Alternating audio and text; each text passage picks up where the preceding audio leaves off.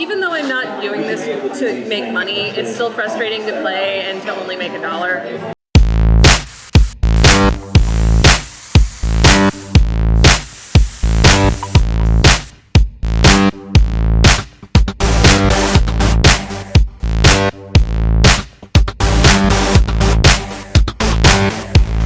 You have to apply for a busking license when you want to play.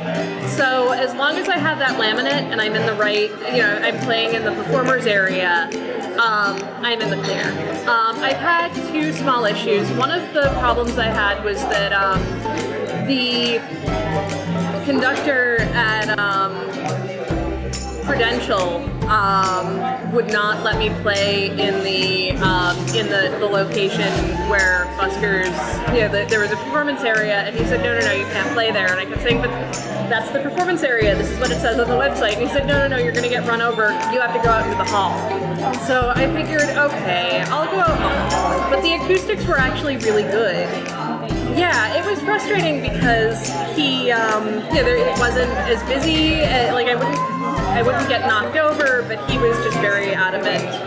And it was so frustrating because in the middle of my set, he came over to me and he said, you got a nice voice. I said, thank you. And he said, too bad I can't let you play on the platform. And I just looked at him and I kept thinking, passive aggressive jerk. The other issue I had pretty recently was South Station is one of the places I really want to play. And I got there the afternoon of January 20th. I think it was January 20th. And there was a guy just sitting in the spot, and he was this big guy with a big beard. He was sitting there and he was counting his money. And I said, oh, hey, is the spot available? And he said, no. And I said, well, it looks like you're not playing. Can I play? And he said, get the fuck out of here, you cunt. And so I said, and I was just clutching my pearls when I quoted him.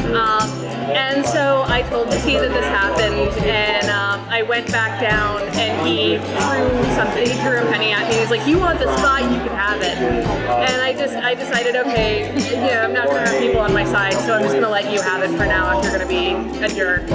So hopefully I'll get another chance to play there. And every time I go down there, it's someone, but I gotta play that. If I want to catch them all, I gotta play that spot. I think that one of the most frustrating moments that I had on the pitch was there was one guy who was a little eccentric who came over to me and talked to me for 20 minutes.